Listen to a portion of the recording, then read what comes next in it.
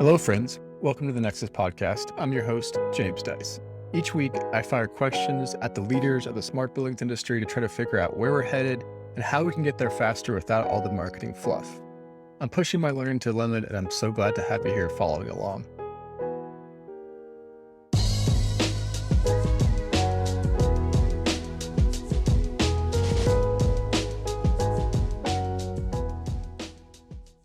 Hello and welcome to the Nexus Podcast. This is another edition of the CRE Market Talks. I think this is our second version of this quarterly podcast series.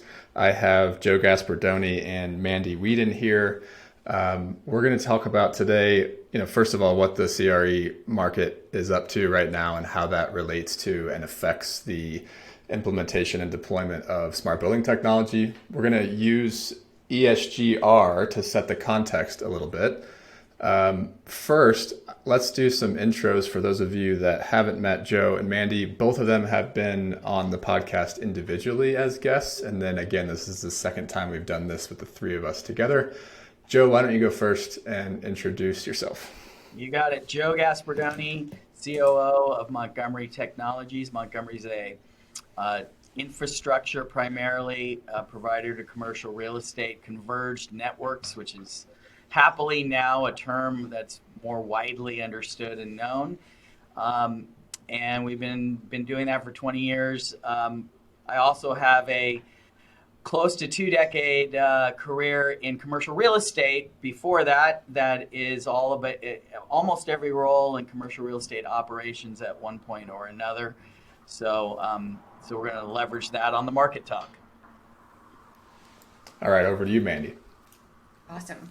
Nice to see you both. Hello, my name is Mandi Wedin. I am the founder and CEO of Feroce Real Estate Advisors, where we advise forward-thinking companies to position their portfolios, their buildings, and their teams to succeed during times of disruption. Over the course of my 20-plus year career running multi-billion-dollar portfolios, I built and led high-performing investment management and diverse investment management teams. And today at Feroce, we work at the intersection with our clients where we can create value out of the commercial real estate industry's collision with technology, collision with ESG+R, I add the R for resilience, and consumer demographics, changing consumer demographics. Glad to be here for number 2. I'm glad we made it, Joe. We made it to the first one. Yeah, you never know. That first one is a high bar. Could get the axe. Yeah, you didn't get axed. We're back again. We got great feedback on the first one. I think you guys both are super involved in obviously the implementation of technology, but you also have that lens about how real estate markets and real estate investors and real estate owners actually think. And I think that sort of intersection of things, I'm playing the sort of one that is still learning. That's my role here. That side of the way to think about smart building technology. And I should say thank you to you both. You both have been super involved in Nexus Pro and Nexus Foundations and sort of helping me bring that perspective to, obviously the events that we do. You both have taught SME workshops on your different expertises. So thank you. Pleasure. You're the one guy moving this world forward in a way that is different from the past. And I think both Mandi and I appreciate that Nexus is trying to do it right and do it differently, and it's working. Thank you. Trying to. And no longer one guy anymore either. Yes. Rosie is here now. Those of you that haven't met Rosie yet can check out the podcast we did together a couple weeks ago. Let's jump in. So let's start with ESG+R. And Mandi, this is an area where you and I talked about this on the podcast like a year and a half ago, something like that, right? Mm-hmm. And I'd say that it was hyped up then, and it's even more hyped up now. I think what's been interesting lately is when you look at the headlines, there's like a political commentary happening around it as well. I don't know that it was happening as much back then, but it seems like there's been some pushback. Can you just kind of describe what's going on with the headlines and all the press and attention that ESG+R is getting right now? Sure. Yep. So I will say that Yes, there are a lot of headlines, but regardless of what the newspapers and media is saying, ESG+R is here to stay. The horse has left the barn, so we have to figure out how to engage with it to get the best results. And it's a tool, it's an acronym that's being used to serve different purposes. And so it's possible that we won't call it ESG in 2 years, right? We'll have evolved and used a different word. I don't know what it is. You can patent or trademark the one you think that's going to win, but it potentially could be something different. But I think it's important to level set what it is, right? And many of you who have heard me talk about this before, what it is hasn't changed, right? At the base of it, it is a comprehensive approach that investors use to evaluate investment decisions through a framework, an ESG+R framework, to achieve both strong risk-adjusted returns and positive societal impact. You need both. And you need both to both meet the needs today without compromising the future. And the 4 pillars are interconnected: environmental, right? Steward of nature. Social criteria evaluates how you manage relationships, community, customers. Governance deals with your leadership and your executive pay and your oversight and shareholder rights.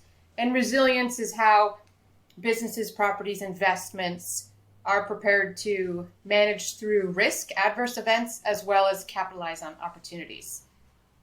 And at the core, it hasn't changed. It's about creating long-term value. You're managing risk, building resiliency, and providing transparency and accountability.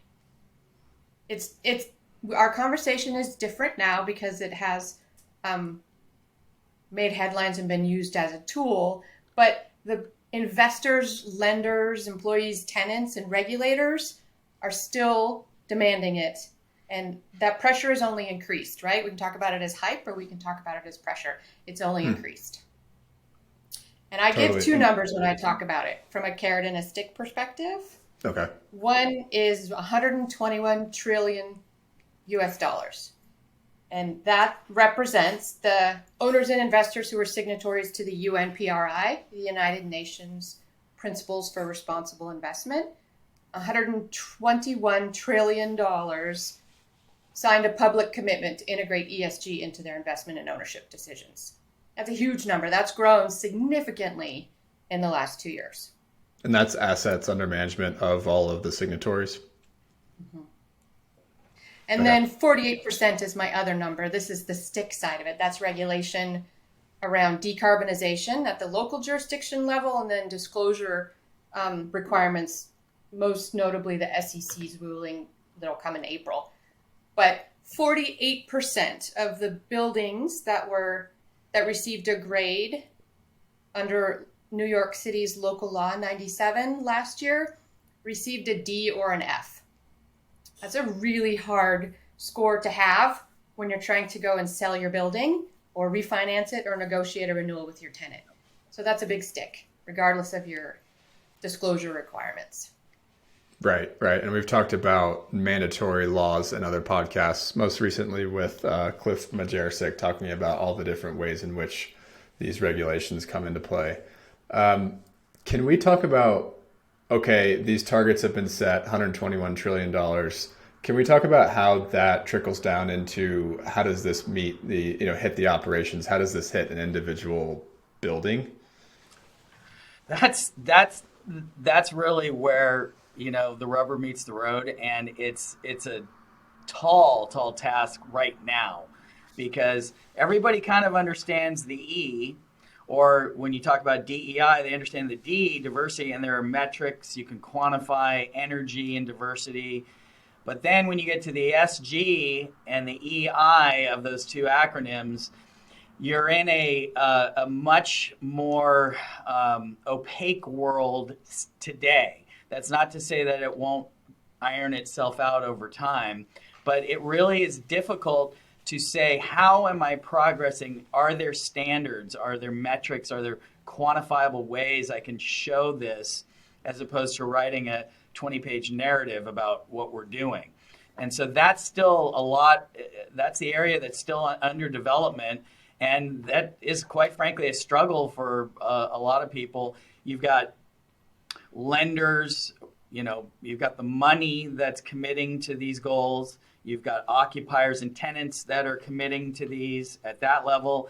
You've got individual management companies that are committing and ownership that's committing. So everybody's putting their flag in the sand, but how do you then show that in a somewhat standardized way? And that's sort of where we are today, is working through the struggle of showing that progress in a way that everybody agrees is a standard. I agree. And what I've seen recently,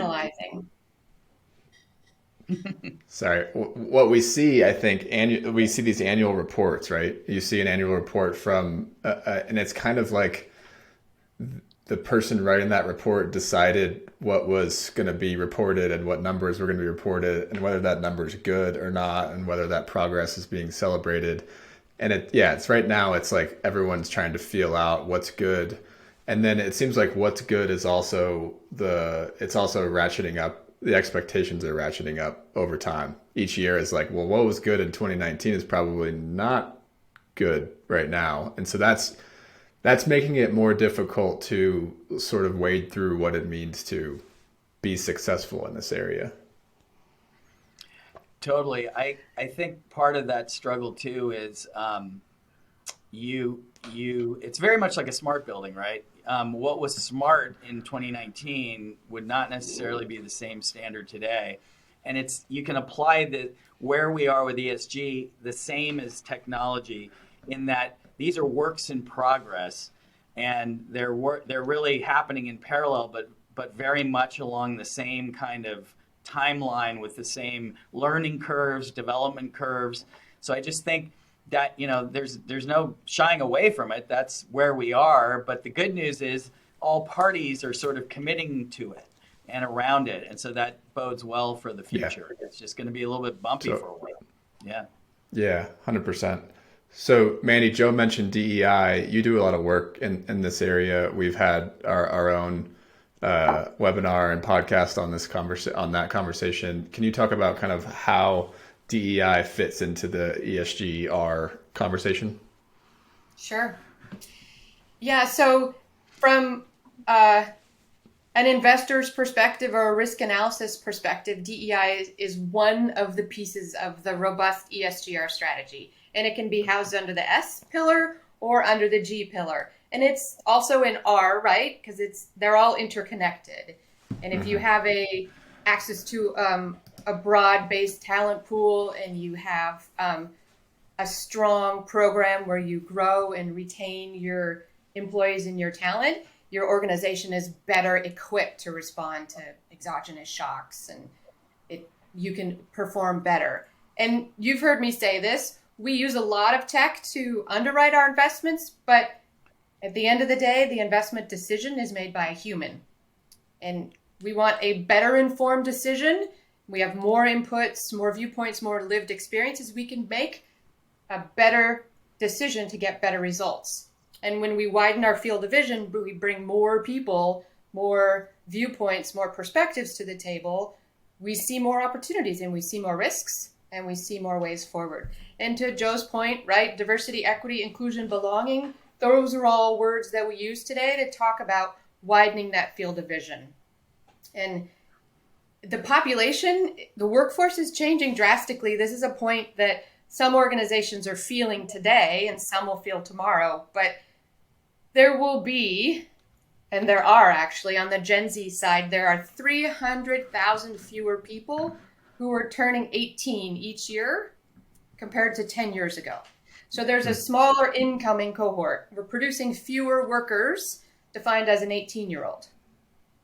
And then on the other end of the spectrum, by the end of this decade, by 2030, all of the baby boomers will have turned 65 or older. So that's the retiring piece. That's the shrinking other end of the spectrum. So what's in the middle, right? That's the workforce that you have in the middle. That's also probably your user and creator of your real estate or your technology. And that is where the talent war lies today. And if you don't have a business practice that can manage that risk well, then you're at a disadvantage. And I think that's a looming crisis almost that, as Mandy said, some people are seeing and feeling, but the numbers don't lie. I mean, the age out that's going to occur on the high end is going to be extremely hard to replace if you looked at it today based on the resources and development of new people coming in and skill sets coming in. It's a massive lift that has been chronically kind of under-resourced over time. So that is another challenge. It's going to be very, very hard to replace the skill sets and the personnel across commercial real estate operations. And maybe robots will take some piece of that, but I don't think enough. No, yeah. ChatGPT will not take it either. No, it's not the golden solution. Nope. But I mean, think about it from a real estate investment perspective, right? Fewer 18-year-olds means there'll be fewer household formations happening in the next decade, right? And household formation is a hugely important metric that we follow for residential, both to own and to rent. So understanding who your renter is, who your customer is important. And how many of them are there? And where do they choose to work? And how do they choose to work? All important to your underlying investment criteria. Yep. Totally. Anything else on that topic before we move on? So much more, but let's move on. There's always more.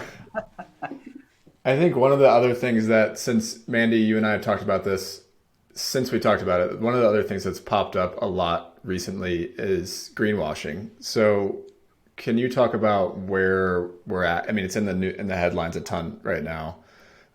People getting called out, people getting shamed, I'd say a little bit, sometimes for good reason, right? Can you talk a little bit about how greenwashing fits into this equation and maybe talk about it from the investor's perspective?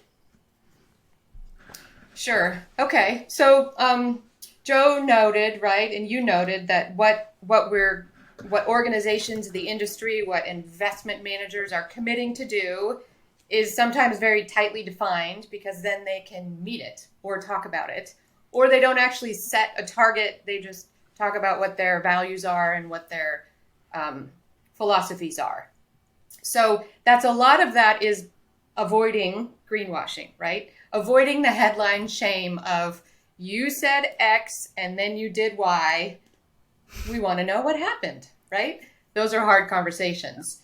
I would say transparency matters a lot. So as things have changed in your organization, with your underlying budgets, with your DEI targets, with your decarbonization plans, with your board diversity composition, make the statement that it's different and here's what it's going to be going forward instead of ignoring it. Because otherwise you get a greenwashing label, and that's that. And then, so if you're the pension fund, you're the ultimate money on making and allocation decisions on behalf of pensioners. You're allocating dollars to different investment managers, different investments. If you've made an allocation to an organization that then has a big greenwashing scandal / headline, that reflects really poorly on the pension fund and the advisor who made that, or the owner who made that. So don't ever embarrass your clients. Don't embarrass yourself, right? And so those are the opportunities that organizations have right now. Yeah. One of the things I think is interesting here, this came up in this morning's pro member gathering, where it's actually, and then we've talked about it a little bit with how hard it is right now to actually operationalize ESG+R, and you hinted on it a little bit there, Mandy, if we're actually getting in, we as a real estate organization, we're actually getting into the weeds and we're saying, how are we going to get to this target that we've set? And then we realize that that's actually really, really hard. you're saying it might be time to come out and say, like, here is what we're dealing with, and being transparent about how hard it actually is to get to that target that you set. Is that what you're saying? Yeah. Yeah. I think too, it goes a little bit beyond that. I feel it seems to me that in the market as a whole, there's very little tolerance at the moment for mistakes. And I think that when you're trying to get from where we are to this very, very difficult to achieve goal, there needs to be a little bit of tolerance. People need a pass for making a mistake and being able to be transparent about it to a degree.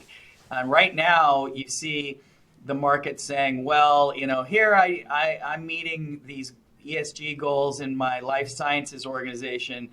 We're above the industry, benchmark, the industry average. It's like, well, that average is horrendous. So that doesn't really tell. You're basically taking, it's the cherry picking of statistics to spin a narrative to get yourself some points. Where I think where we really would benefit is saying, okay, we know where we are in this process. Let's let people make mistakes and not just come crashing down on them because the industry as a whole is not developed enough, and we're trying. And to give people a pass for honest effort would probably be very, very helpful over the ensuing 2 to 3 years. I think that would be my ask. Totally. Especially commercial real estate, where you're juggling so many challenges at once right now. So many, not just the business model and the economics, but technology and ESG, and it's all happening at the same time, just as the market is tanking. So it's just like give everybody we're all, there are honest efforts being made, but if it isn't exactly right, we should be strong enough to say, okay, we didn't realize that, now we're doing this. Totally. So related to this greenwashing conversation, Mandy, you had a recent LinkedIn post, which I liked a lot. You were talking about green bonds a little bit, and I think you were also talking about why greenwashing is profitable now, but it won't be profitable in the future. Can you explain that, but also talk about, I think there's a certain portion of this audience that might think they know what green bonds means. And can you just talk about what that even is to begin with, to start the conversation? Sure. So I did. Thank you for reading my LinkedIn post. It felt really wonky, geeky, but it really struck me as a conversation that you were having in private, and you were like, other people need to learn this. I do that a lot too, and I like those. It was horrifying. Yeah, that too. So what's a green bond? A green bond is new capital, new money to be invested in projects that have a green focus. And green can be really broadly defined, right? It could be ESG, it could be sustainability, it could be renewable. It's fortunately broadly defined. And bonds are issued by countries, companies, municipalities. And the post was about the last year, only 30% of green bonds had a commitment to invest in green projects. So they essentially went from 100% green bonds investing in green projects to 30% green bonds investing in green projects. And that's because there's such a huge appetite for bonds, green bonds, and there's avoidance of risk on behalf of the bond issuer. So they'll say, okay, we're going to raise money for green projects, but we're not going to commit to doing any green projects.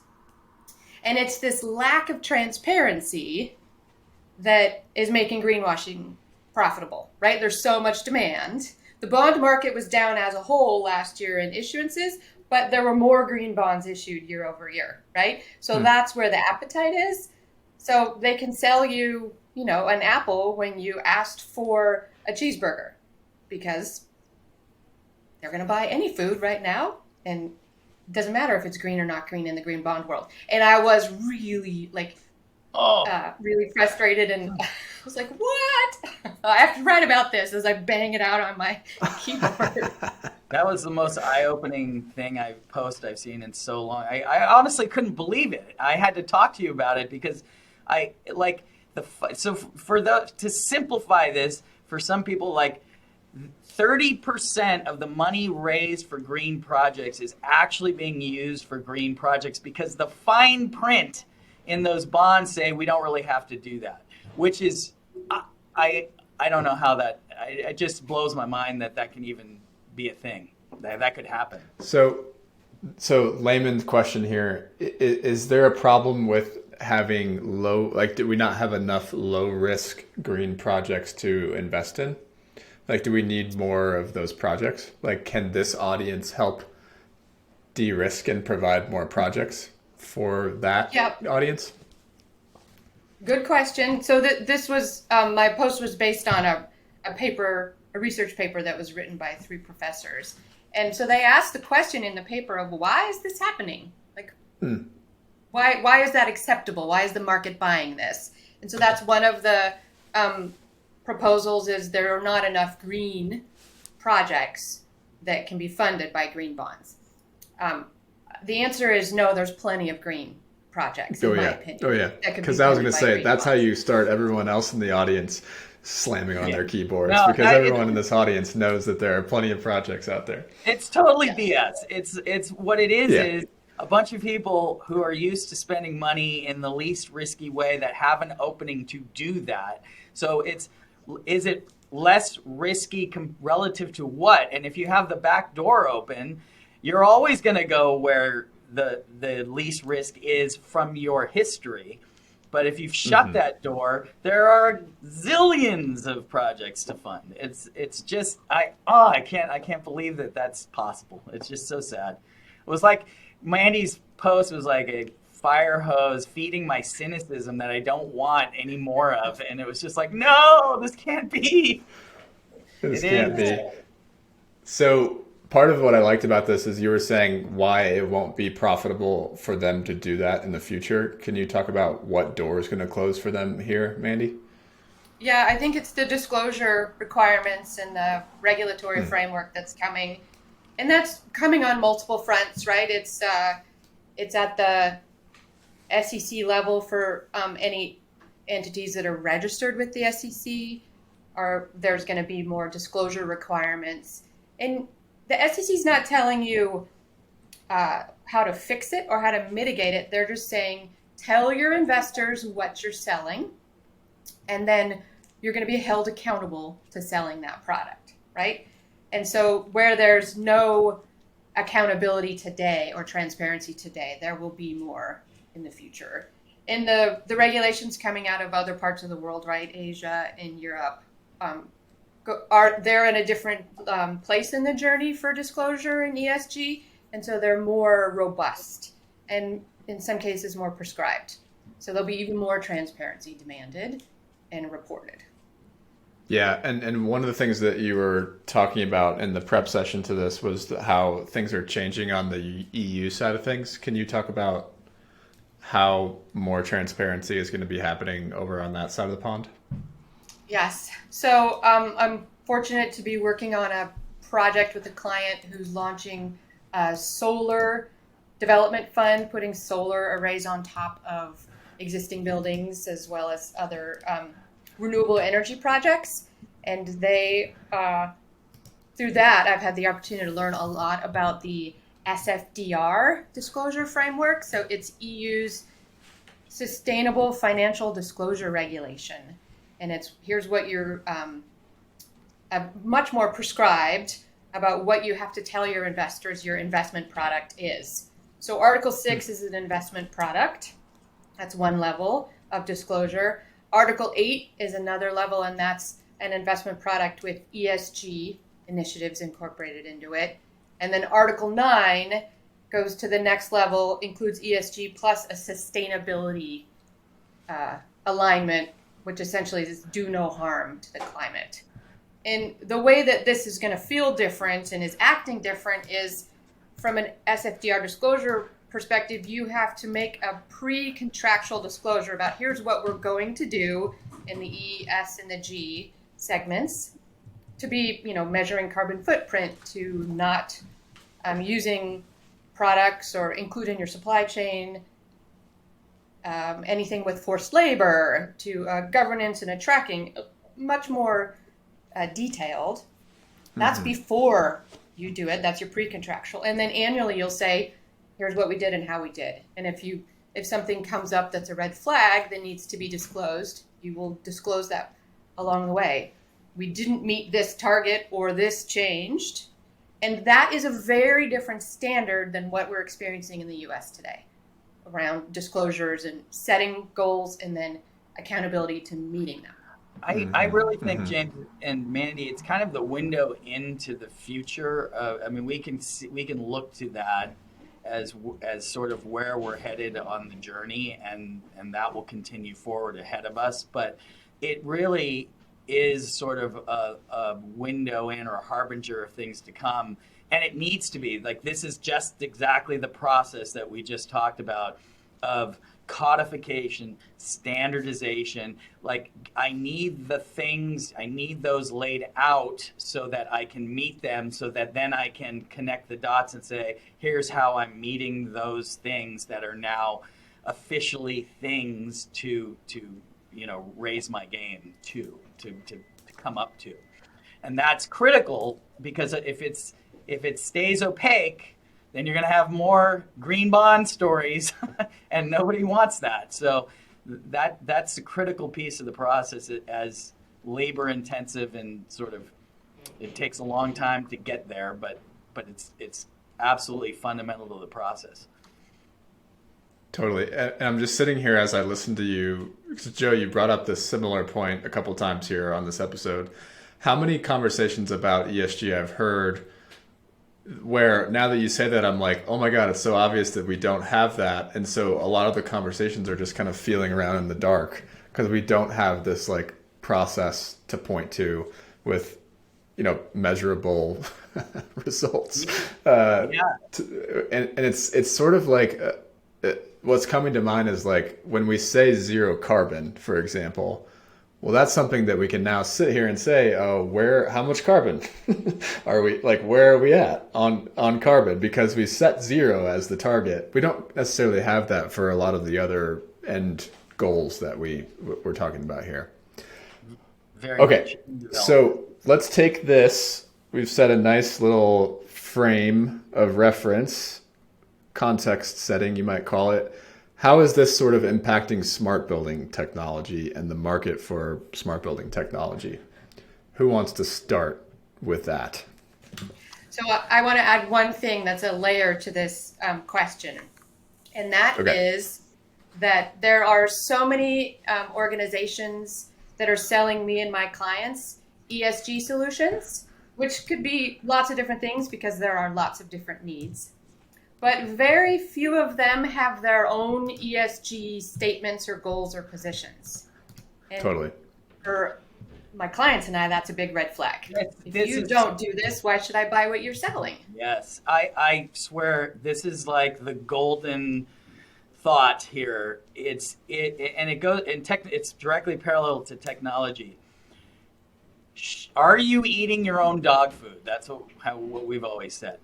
And that, I truly think, Mandy, you hit on, this is how you vet that solution provider. Can you show me your ESG plan using your tools? I would like to see that right there. Just show me that so I can understand how these tools work and how you're using it to achieve those. And if you can't do that, then that gets kicked to the curb, because that is the kind of fundamental vetting tool that you where you can really say, are these people, at least they have something, I can see it. But if they're not able to even produce that, I agree. I think it's very squishy after that. Yeah, there's learning. There's lots of learning. If I'm like let's say I'm a solution provider, we've been talking a lot about vital roles recently. I'm a MSI, right? And I'm an MSI hearing this. and I sell software products and I sell projects, how can I sort of, and my marketing and salespeople are using ESG to sell those software products and solutions, right? How can I make it so that when I go to a building owner, I am eating my own dog food? How can I do that? Show me. Let's go back to Missouri. I'm in the state of Missouri, the show me state. Show me your plan. That would be a great start. Okay.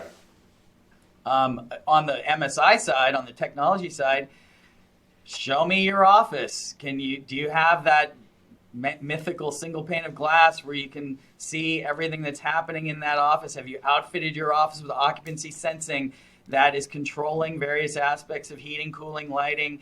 Have you put the time and investment to your own space that is translatable to me? That when I'm putting on my ops hat as a potential customer, that's going to tell me a lot. Maybe more than your reference clients who are going to say nice things. Yeah, totally. I mean, you can look at your biggest investor, your biggest client, and what does their ESG report say? What are their values? What are their targets? And what are we doing already? Or what can we do to make that journey, right? Do we measure our carbon footprint? Do we make decisions that helps reduce our carbon footprint, right? Do we have a DEI program? Do we even use those words? Do we talk about diverse team members? Do we have diverse team members? Do we value diverse thoughts in the workplace? You can talk about your supply chain and what you recommend, what your products are. Do you confirm that they're not made with the use of human forced labor, right? Like there's different things that are regularly high ticket items on a broad scale ESG plan that you can understand how you can play into that value chain, the big broad value chain, to meet those goals, to support the goals of your clients, right? Because again, don't embarrass your clients by installing a product that it turns out was made by young underage children in a different part of the world. Yes. Right? That hurts on so many different levels, but it's really an embarrassing moment for your client and an embarrassing moment for yourself. And you could say that same thing about the embodied carbon of that device, or whatever other metric that they have a goal around. Totally. All right. What other ways are ESG+R market conditions, trends impacting this smart building marketplace? Well, I mean, the truth is, and this is going to get into the broader topic, but without going too deep yet into that, this is going to be a struggle, not for every single asset and every single vertical, but as a whole, the CRE market is going to get pinched financially for a long time, a lot longer. People have been very polite about it. Probably Mandi and I were too polite the first time, given our backgrounds. But this is, right now, it's a 5-year problem that it takes very long to recover in real estate. It's not like the macroeconomic economy. So we are going to see financial struggles. And the master struggle for technology and ESG is going to be, can we continue to develop the standards and sell the products enough to support the clients at a time when they can least afford it? And there's going to be a lot of distress in the market because of that. Yeah, I also think it's changing. So we've gone from mostly a desktop exercise for ESG, certifications, reporting, policies and procedures, contractual updates. As much of that as could be done, and that's important because it's laying the foundation for what's next. And what's next is taking it into the building and changing human behavior. And that's hard, right? We talk about that in many instances and within the Nexus community. And it takes time and money and commitment. And As Joe noted, we don't have a lot of time. We have a lot less money this year than we did the beginning of the year last year. And our commitment maybe is the same, but our ability to execute has potentially changed. And as we're seeing with some headlines, maybe our commitment is changing too. So making progress, deploying technology, deploying solutions that will meet these ultimate ESG goals, remembering that ESG is about getting better results through better managing risk and better deploying resources. It's harder today, and it's only going to get harder while the real estate market is in complete flux. Well, let's go ahead and just talk about where the market is, and then maybe we could circle back to, once we talk about the market, we can circle back to smart buildings. So, Joe, let's go to you. Let's just do this, sort of macro market update. Sure. What's happening right now? We've talked about a lot less money. What do you mean by that? What's going on? And it could be very similar to the last time we talked about this as well. If my last statement was a bucket of cold water, this is going to be a water tower of cold water. But look, you have to acknowledge where we are, and this is where we are. Okay, just take these 5 points in. Interest rates are double what they were 18 months ago. Vacancy is double what it was 18 months ago. Rents are substantially lower, like way down for B and C class properties. Kind of pretty much treading water at the A class, but the A class is very small. So B and C properties are down. Vacancy rates are double, triple what they were, and there's a reduced demand for space. That's number 4. So you've got the same tenants taking 15, 30-ish% less space than they were. And probably the least often forgotten aspect is on the expense side of the model. Expenses have risen. 11% is the kind of average you hear floating around. That's a huge increase in expenses. So you have a quintuple whammy. Double whammies I've seen, triple whammies. This is like 5 all converging on the market at once. And is multifamily doing better? Yes, but it's trailing, and it's moving in the same direction as, say, office space, which is the hardest hit. Life sciences is going and just like coming to a hard stop, and probably going to go that direction as well. So the truth is, commercial real estate is 100% in a recession. The economy as a whole is not. Commercial real estate, and especially office, is 100% there, but it's at the, it's like the train that's going down the hill, and it's just coming down, but where it's going, and there's no more track down there, and you can see a wheel wobbling, but unless Superman comes along, it's happening. So, the smart companies are going to figure out where the money needs to be spent and get there to meet the market and continue to survive or excel in a very difficult market.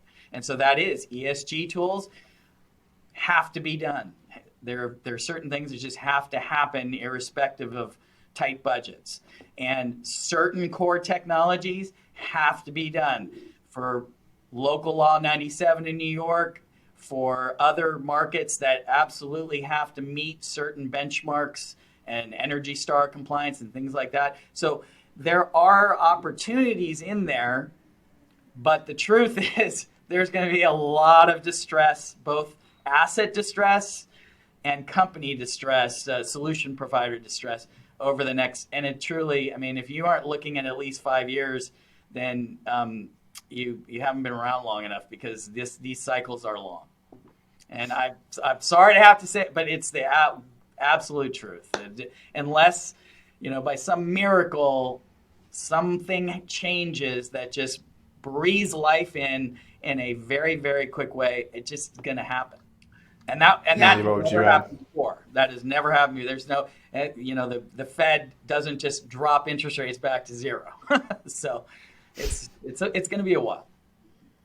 And we're sitting in the moment of peak uncertainty, right? All that is happening while we're waiting. Macro, as well as the real estate industry, is waiting to see at what point interest rates will stabilize from the Fed's perspective and then start to come down, right? So when that moment happens, and it'll take a couple months for there to be some trust or expectation that it's now a trend and not just a blip, then you'll see activity resume and you'll see more transaction volume happen. But we're in the moment of peak uncertainty because interest rates are high and no clear indicator of when they'll drop. The way we've used real estate, particularly office, has changed, and we don't know where that's going yet. And the broad economy is anticipating a recession. So everybody's planning for and bunkering, not just real estate, which, yes, I agree with Joe. With the second interest rate hike back in the spring, real estate went into a recession as defined by zero growth or negative growth in transactions, right? Those things are big pressures, and we're wading through them. And the market is paused. Still, paused is a kind word. Frozen, dead. If you're trying to sell a mediocre asset because your lender is telling you must sell because you've tripped a covenant, you're in a tough spot. And where are we? I mean, in every major metro market now, buildings have just been handed back, keys back to the lender. That big buildings in every major market, and there's a lot of analysis occurring now in these large companies to determine which ones to hand back, and so there's going to be another. It's sort of like a trickle that's going to hopefully stop at a small flow, but those things are going to happen over the next 12 months, and those pressures, those 5 pressures that I talked about, some of them can go away with stability, but then you're still sitting at a lower asset value significantly. 20 to 35% is a very good range right now from the highs. That when you talk about a third of an asset value being knocked off, that's as bad as we've ever seen, put it that way. So yes, people are very good now. They're planning, and it's happening in a way that is healthier. So to hopefully mitigate some of that has also not really happened before. There's been a very good job. Debt to equity is much better, and a lot of the fundamentals are better. So that's going to help. But the truth is, when you're staring down, just having lost, on a $100 million building, $30 million of it, that the pressures budgets are going to be as tight as you've ever seen. So that's where I talk about getting back to the core solutions. That's going to be really critical. Okay, cool. So now with that context, we have the ESG happening. We have general market conditions happening. Now let's kind of talk about what are the best strategies for the technology marketplace to sort of adopt right now.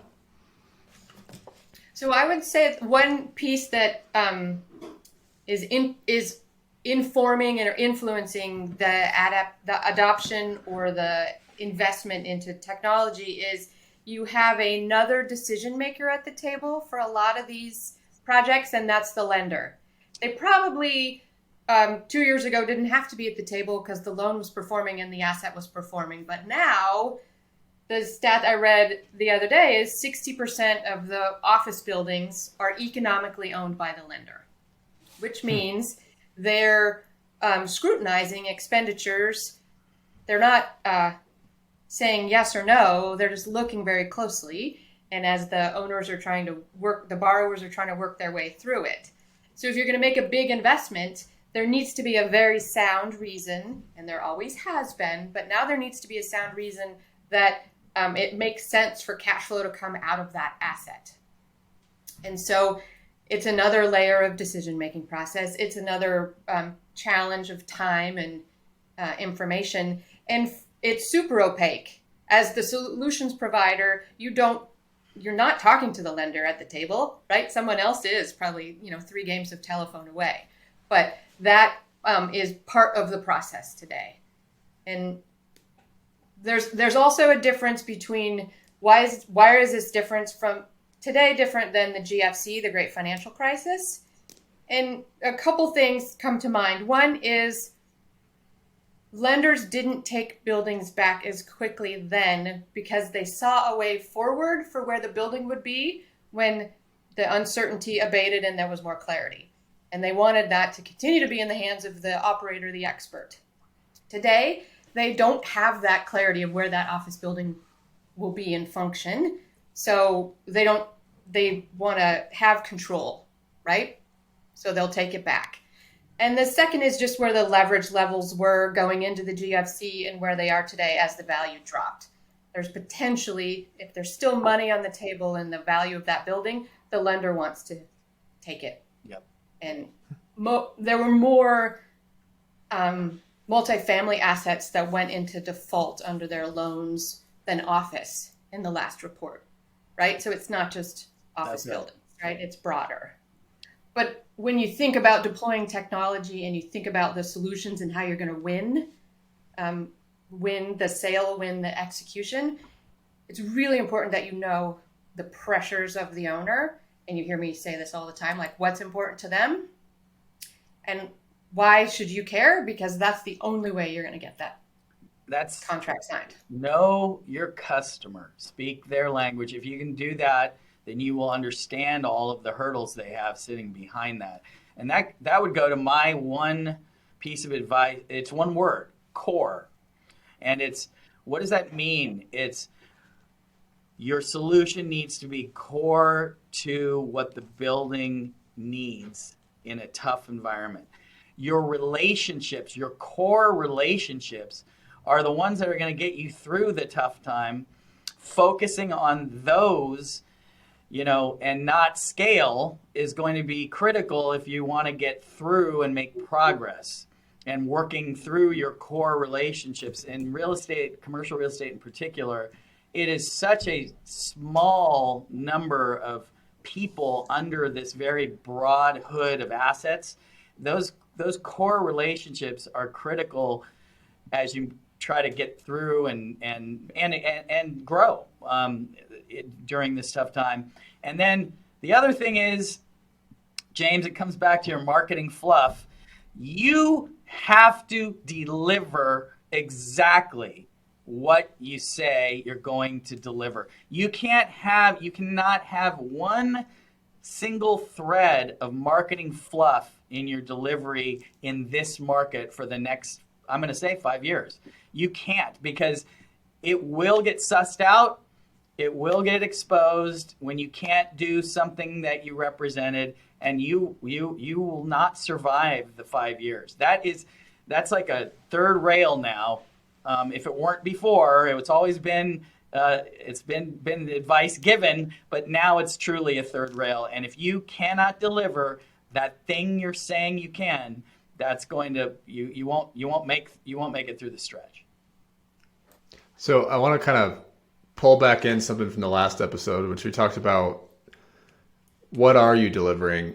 And I think last time we talked about we're delivering a repositioning of assets sometimes. So when the assets are changing ownership right now, which it seems like they are, is that a piece where people could look at that and say that's an opportunity for us still? Is that one of the strategies that applies? Definitely, right? And that's because there's a transaction and there's dollars available, right?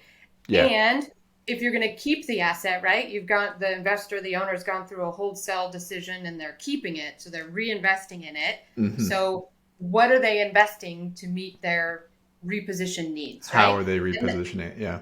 Yes. And that could be, we have a net zero carbon target. We need to start the plan today. And that means reduce, reuse, and recycle, right? So what's the reduction piece of it? And then what's our capital investment into it? So that understanding that that's a framework is a great place to meet. I feel like that's huge. Sorry, yeah. Joe. Well, the C and B the majority of the market, B and C class properties, they fundamentally have to undergo that transition to survive, even after being taken back by the lender. So there will be that's the good news is through this painful cycle, the recapitalization at a lower value that lower value opens up new funds to come in to make that transition happen. So that is the opportunity in the process to come in and help make that transition. That's going to become a big piece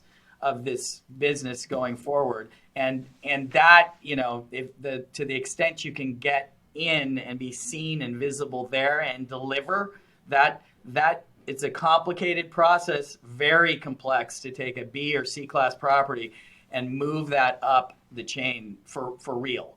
And so it's not redoing the lobby anymore. It's fundamental technology and ESG commitment driven move up from a C to a B or a B to a B plus or an A. So those are expensive, but the money will be there because it's going to happen. And that's where I've been trying to, on the ESG panels I've been sitting on, I've been trying to communicate that to the people that maybe sat there 5 years ago and said, our value proposition is energy savings. And if an asset is being repositioned for ESG or for decarbonization, your asset or your value proposition is energy savings right? You need to start to think about how you fit into this repositioning process. I wanted to get, we're kind of running out of time here. I wanted to get to one last question for you guys. And we talked about this last week. I think this will be last week by the time this comes out. But Joe Amador and Gene Casey and I talked about this. It was this tweet thread that we'll put in the show notes. And the original tweet said, prop tech startups, and this is super related, prop tech startups that charge per unit recurring SaaS fees and promise either amorphous process efficiency improvements or worse, I'm using air quotes here, data-driven operating insights, which is everyone, are going to have an incredibly hard time generating new business in 2023. Can you guys unpack that and unpack that from the lens of, if I'm one of those vendors and I go to my own website and it says data-driven operating insights, how should I be thinking about my life right now? Chatbot rewrite.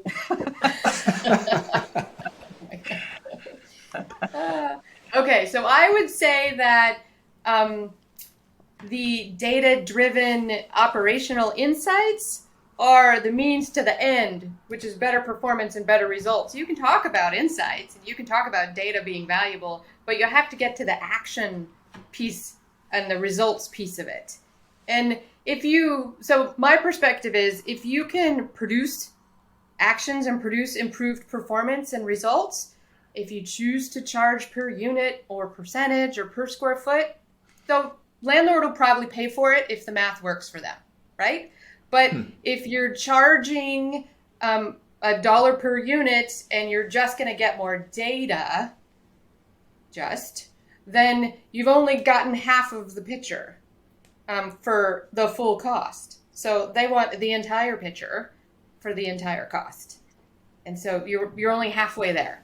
This comes back to the problem that it's directly connected, which is I've got a dashboard for my sensors and a dashboard for my HVAC and a dashboard for my lighting control and a dashboard for my and that will not before people could tinker in that world and see, well, what does that really do and what insights do I get that I can act on? And there was room to test and to explore a little bit in this universe.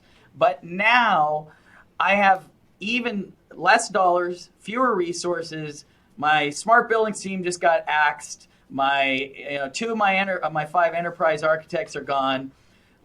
I need you to quantifiably show me how some of these things are going to be brought together in a usable way that will drive my expenses down. When you can do that, you're in. You got my interest because I can still make the case for that. If you're sitting on the periphery out here, I cannot have my engineer going to 3 different places to look at something and then go over here to see if it's real, and it's not on the table now. And so that's how I would sort of frame it. Love it. I think that's a good way to close off this this version of our ongoing series. Let's end with Carveouts. So what book, TV show, podcast, movie, documentary, insert your media of choice here, has had a major impact on you lately? Let's start with you, Mandi. Sure. So I have two for you. One is ChatGPT. I've posted about this recently, the bias in our data, right? Algorithmic bias in our data and what that means to society, to our industry, to investments. It's far-reaching, and ChatGPT is the phrase, the current use now. So testing that out and being like, okay, this writes like my talented sixth grader. Awesome. I ask for a compare and contrast for information. Okay, that also sounds like my talented sixth grader. Great. I'm not at risk of losing my consulting clients right now, maybe in 5 years, right? But the answers that it gives and the data sets that it pulls from, what are those? And if we use only the past, we're going to build essentially our future that looks exactly like the past. And for some of us on Earth, it hasn't been that great. So how can we do it better? Because I've been spending a lot of time reading and testing. Absolutely. I feel the same way. I was just going to say real quick, I feel the same way about the time I've spent on ChatGPT, asking it about smart buildings topics. I feel like the answer it gives is very rooted in how things were, or how, they were 5 years ago, 10 years ago. It doesn't really provide a perspective on where we should go or how we should get there. And if you go to the Nexus Labs website, nothing on that site was written by ChatGPT. Fair. I would add chat. Here's what if you're a solutions provider company, so you say just your lighting control. Go to ChatGPT and say, explain the top 5 reasons a building should deploy lighting control to a 5-year-old. Play with the terms, but basically say, here's my solution, and explain the top 5 reasons to a 5-year-old. What you will get is shockingly helpful for building staff. And it's not to cast aspersions on the building staff. It's just broken down in a way that is like what would have taken years of marketing wordsmithing, in a way that you can take, slightly change, and actually probably explain better to a non-technical audience your solution. It was shocking to see like the top 10 reasons for a smart building explained to a 5-year-old. It's unbelievable. It's like, oh my God, that's actually going to be translatable to people who really don't understand all of the nuance and all of the technical stuff. Totally. Okay, sorry, Mandi, we interrupted you. You had another one. Oh, my second one is I'm reading Dinners with Ruth by Nina Totenberg. Nina Totenberg is a NPR Supreme Court correspondent, and so I'm enjoying the connections to DC and RBG, and cool. I listen to Nina on the radio on a regular basis too. Awesome. Joe, how about you? Well, it just dawned on me because you mentioned in the last few podcasts the movie Contact and Everything Everywhere All at Once. And in fact, Everything Everywhere All at Once could actually explain the challenges in commercial real estate right now. It's literally a great title. Everything Everywhere All at Once. But this book series, the first book is called Hyperion.